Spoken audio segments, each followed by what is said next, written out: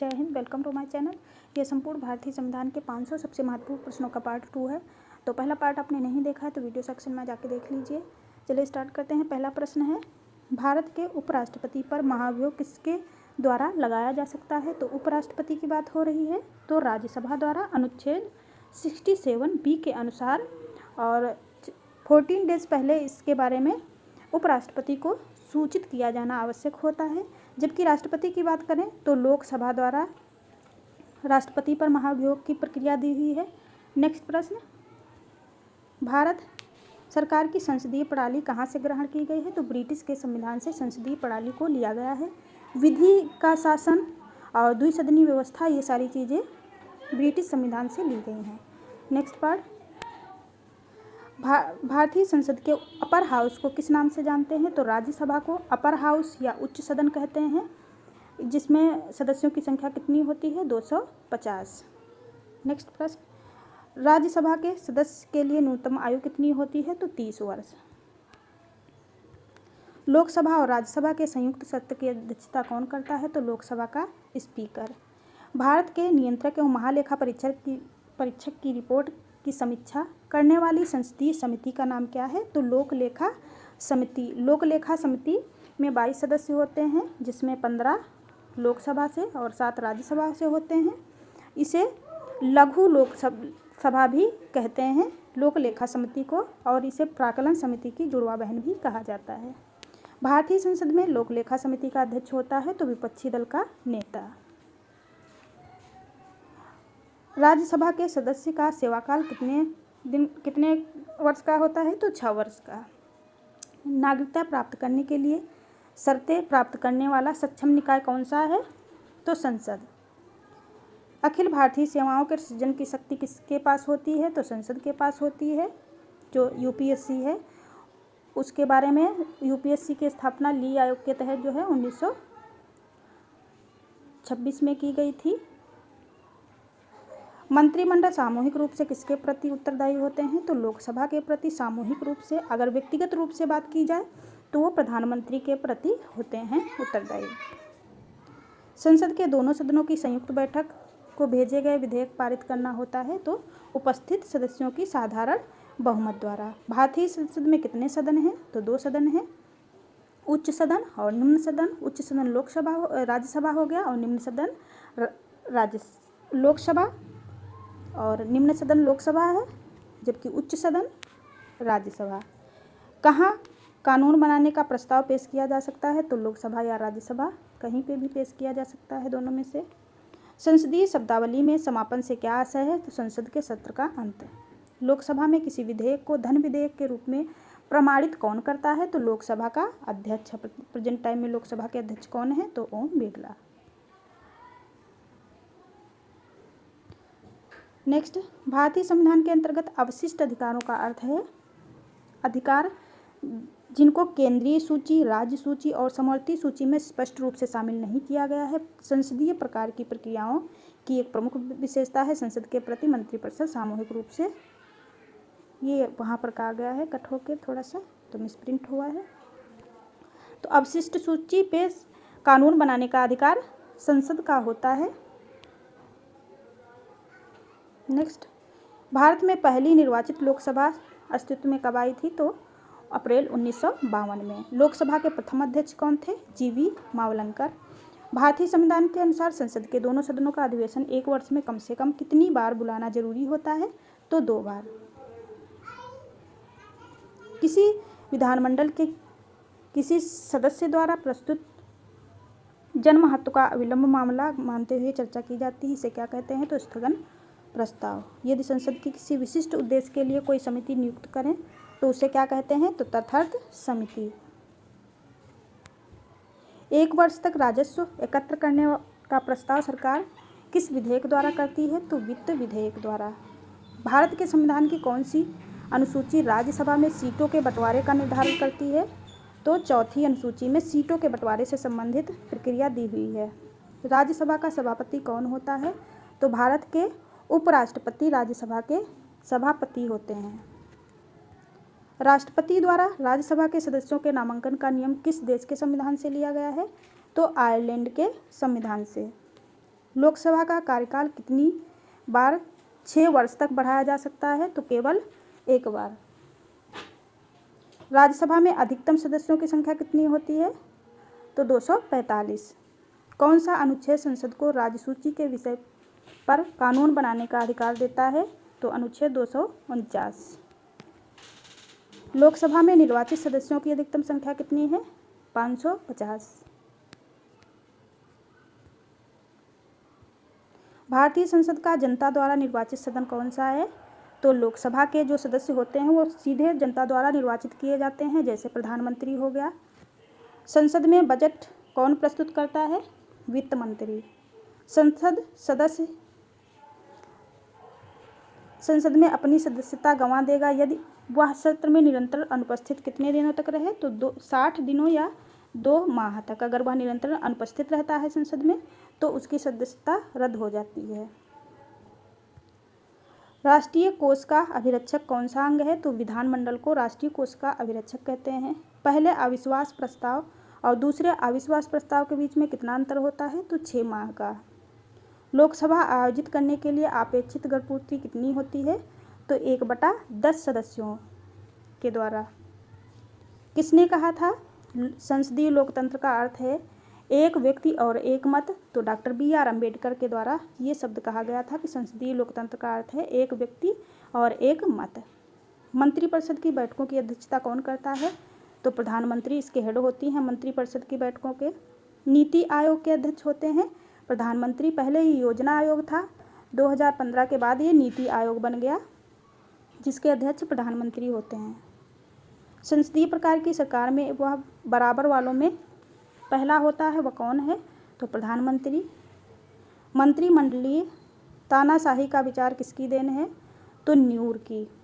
भारत के प्रधानमंत्री तब तक अपने पद पर रहता है जब तक उसे प्राप्त हो, तो लोकसभा का विश्वास जब तक प्राप्त होता है तब तक वह प्रधानमंत्री बना रहता है।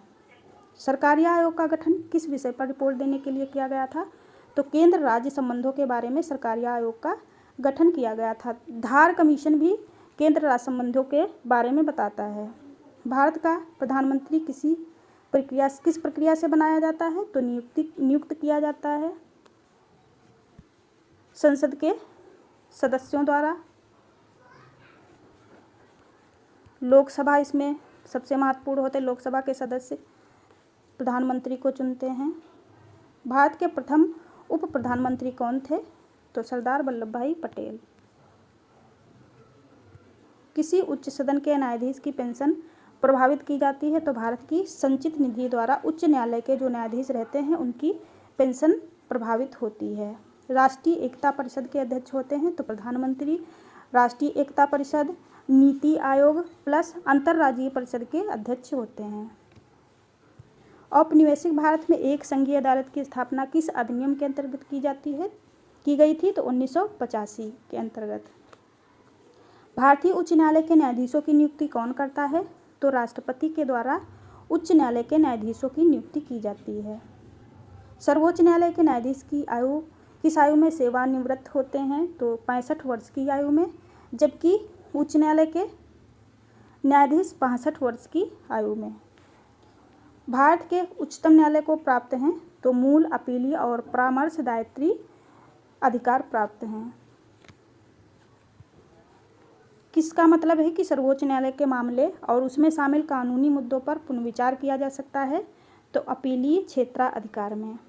भारतीय संविधान की व्याख्या कौन करता है? तो न्यायपालिका।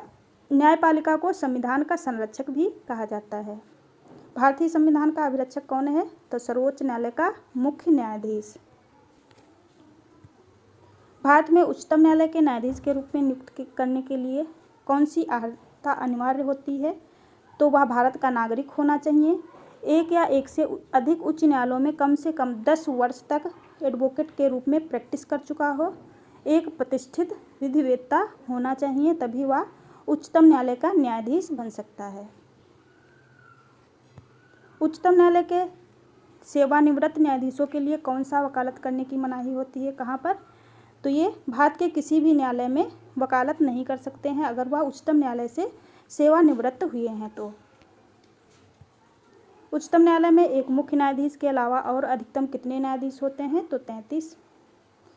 वर्तमान में 33 हैं, पहले ये 25 थे। न्यायपालिका द्वारा बनाए गए कानूनों को कहते हैं तो निर्णय विधि। उच्चतम न्यायालय ने किस मामले में मौलिक अधिकारों की प्रमुखता राज्य के नीति निर्देशक तत्वों से ऊपर स्थापित किए थे? तो गोलकनाथ मामला यह आया था 1967 में। इसमें बताया गया था कि मौलिक अधिकारों से ऊपर डीपीएसपी यानी राज्य के नीति निर्देशक तत्वों को स्थापित किया जाना चाहिए।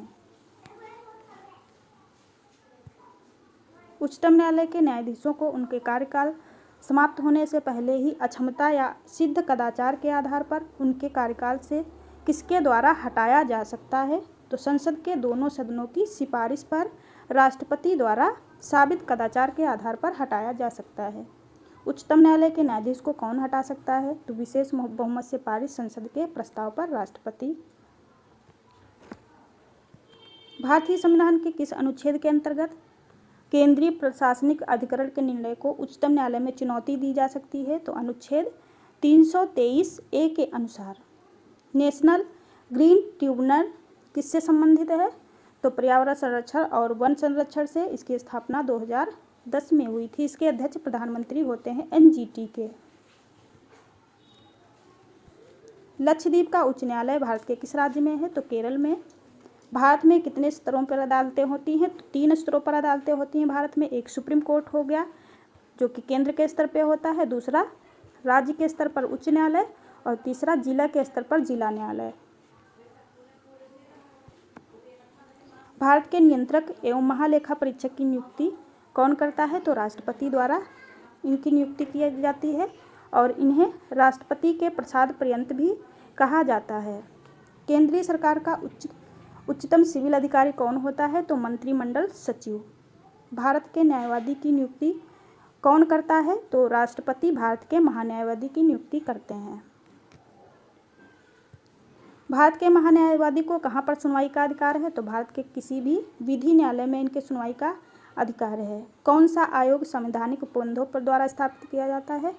तो वित्त आयोग, संघ लोक सेवा आयोग और चुनाव आयोग ये संवैधानिक निकाय होते हैं। योजना आयोग की स्थापना किस वर्ष की गई थी? तो 1950 में योजना आयोग की स्थापना की गई थी और 2015 में इसे नीति आयोग में बदल दिया गया था। संघ लोक सेवा आयोग के सदस्यों के पद का कार्यकाल कितने वर्ष का होता है? तो 6 वर्ष या 65 वर्ष की आयु प्राप्त करने तक। संघ लोक सेवा आयोग के किसी सदस्य को हटाया जा सकता है तो किसके द्वारा? राष्ट्रपति के द्वारा। कोई नई अखिल भारतीय सेवा किस प्रकार शुरू की जाती है? तो संविधान की धारा 312 के अनुसार संकल्प पारित करके नई अखिल भारतीय सेवा की स्थापना की जाती है, जो कि राज्य स्तर पर अनुच्छेद 315 के अनुसार राज्य सिविल सेवा आयोग की स्थापना की जाती है। किस समिति की रिपोर्ट में लोकपाल और लोकायुक्त संस्थाओं की स्थापना की सिफारिश की गई थी? तो प्रथम प्रशासनिक सुधार समिति के आधार पर। भारत में चुनाव किस सिद्धांत पर आधारित है? तो प्रादेशिक प्रतिनिधित्व पर। चुनाव आयोग किस अनुच्छेद के अंतर्गत स्थापित किया जाता है? तो अनुच्छेद 324 के आधार पर। मताधिकार से क्या अभिप्राय है? वोट देने का अधिकार एक कैसा अधिकार है? तो मताधिकार, इसको राजनैतिक अधिकार भी कहते हैं। भारत में नागरिकों के लिए निर्धारित मत देने की न्यूनतम आयु कितनी है? तो 18 वर्ष। मताधिकार एक प्रकार से है विधि जिसमें वोटर अपना वोट देने से अधिकार का उपयोग करता है। विधि के अधिकार, इसको राजनीतिक अधिकार भी मानते हैं। 2019 में चुनी गई लोकसभा कौन से नंबर की है? तो 17वीं लोकसभा है। राष्ट्रीय राजनीतिक दल वह होता है जिसने पड़े कुल मतों का 6% प्राप्त कर लिया जाता है, तो उसे क्या कहते हैं? राष्ट्रीय राजनीतिक दल की क्या होती हैं सीमाएं? तो अगर वह 4 या इससे अधिक राज्यों में अपनी सरकार बना लेता है 6% से अधिक मत प्राप्त करके, तो वह राष्ट्रीय राजनीतिक दल बन जाता है। जैसे प्रेजेंट टाइम में केजरीवाल की सरकार, आप पार्टी ने 4 राज्यों में अपनी सरकार बनाई है, तो वह अब राष्ट्रीय दल में बदल गए हैं। लोकसभा और विधानसभा के किसी चुनावी प्रत्याशी की जमानत राशि कब जब्त कर ली जाती है? तो जब वह कुल मत के 1/6% से भी कम मत प्राप्त करते हैं तो उनकी जमानत राशि जब्त हो जाती है। किस दल ने 2 वर्ष समय में 2 प्रधानमंत्री दिए थे? तो जनता दल द्वारा 2 वर्ष में 2 प्रधानमंत्री बनाए गए थे। क्षेत्रफल की दृष्टि से सबसे बड़ा संसदीय क्षेत्र कौन सा है? तो वो है लद्दाख। भारत के प्रथम मुख्य निर्वाचन आयुक्त कौन थे? तो सुकुमार सेन थे पहले मुख्य चुनाव आयुक्त और वर्तमान में है राजीव कुमार। संवैधानिक राजसी का अर्थ क्या है? तो संविधान द्वारा प्राप्त शक्तियों के अनुसार राजा के द्वारा शक्तियों का प्रयोग क्या होता है? संवैधानिक राजसी। श्री एन गोपाला स्वामी की सेवानिवृत्ति के बाद मुख्य चुनाव आयुक्त का पद किसने संभाला था? तो नवल चावला ने। चुनावों के दौरान राजनीतिक दलों और उम्मीदवारों द्वारा अनुपालन किए जाने वाली आदर्श आचरण संहिता क्या है? तो लोक प्रतिनिधित्व अधिनियम 1954। मुख्यमंत्री की नियुक्ति कौन करता है? तो राज्यपाल द्वारा मुख्यमंत्री की नियुक्ति की जाती है। भारतीय संविधान के किस अनुच्छेद में मुख्यमंत्री के कार्यों को परिभाषित किया गया है? तो अनुच्छेद 167 में। स्वतंत्र भारत का पहला राज्य जो भाषाई आधार पर बनाया गया था तो वो था आंध्र प्रदेश। 1953 में भाषा के आधार पर बनाया जाने वाला पहला राज्य। राज्यों को भाषाई आधार पर कब पुनर्गठित किया गया? तो 1956 में। इसी के द्वारा उत्तर प्रदेश भी बना था 1956 में। राज्य राजमार्ग का अनुरक्षण करते हैं तो व्यक्तिगत राज्य राजमार्ग का अनुरक्षण व्यक्तिगत रूप से राज्य देखभाल करते हैं, इसलिए जो स्टेट हाईवे होते हैं उनकी देखभाल की जिम्मेदारी राज्य की होती है। राज्य विधानसभा के सदस्यों की अधिकतम निर्धारित संख्या कितनी है? तो 500 या इससे 500 मैक्सिमम होती है और मिनिमम कितनी होती है? 60। राज्यपाल द्वारा जारी किया गया अध्यादेश किसके द्वारा अनुमोदित किया जाता है? तो राज्य विधानमंडल द्वारा। राज्यपाल द्वारा जारी विधानसभा में आंग्ल भारतीय समुदायों के कितने सदस्य नियुक्त किए जाते हैं? तो 2। वर्ष 2000 में संसद द्वारा कानून पारित करने के बाद में मध्य प्रदेश से काटकर कौन सा राज्य बना था? तो छत्तीसगढ़। किस अनुच्छेद के अनुसार राज्य विधान परिषद बनाई या समाप्त की जा सकती है? तो अनुच्छेद 169 या 169 के अनुसार किसी राज्य की विधान परिषद बनाई जा सकती है। वर्तमान में 6 राज्यों में विधान परिषदें हैं। स्वतंत्र भारत की पहली महिला राज्यपाल कौन थी? तो श्रीमती सरोजिनी नायडू उत्तर प्रदेश में प्रथम महिला राज्यपाल बनाई गई थी। तो वीडियो अच्छा लगे तो लाइक करें और चैनल को सब्सक्राइब करें। नेक्स्ट पार्ट कल आएगा। Thank you.